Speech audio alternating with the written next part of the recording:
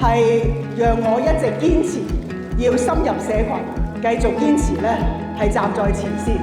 無論係幾艱難嘅時候，由區議員到立法會議員到全國人大常委，我都係始終如一。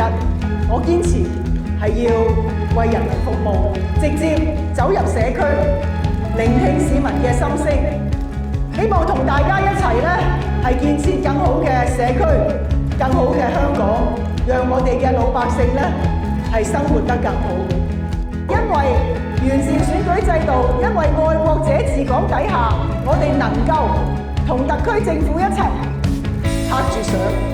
嚟緊咧，我哋要追翻過去嘅時間，咁所以咧，我哋繼續讓到愛國者治港底下嘅立法會繼續發揮作用，堅守初心，堅守初心。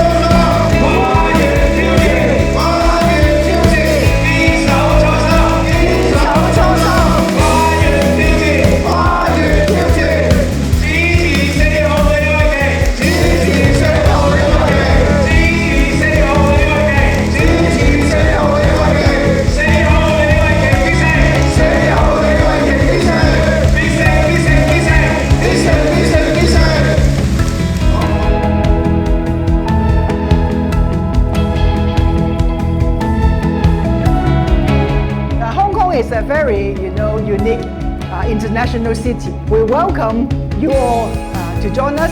And DAB, I believe, is the first party to establish a special committee to serve all of you. And I know now, with the revamped district council, to have the special committee or task force to serve the different ethnic minorities, different districts. We all know that we are in a changing world.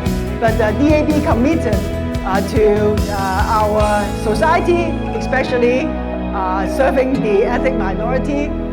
This we will not change. Please ask your friend to support DAB. And if they live in Kowloon Central, please do come out and vote for number 4. Please help. Thank you very much. Thank you.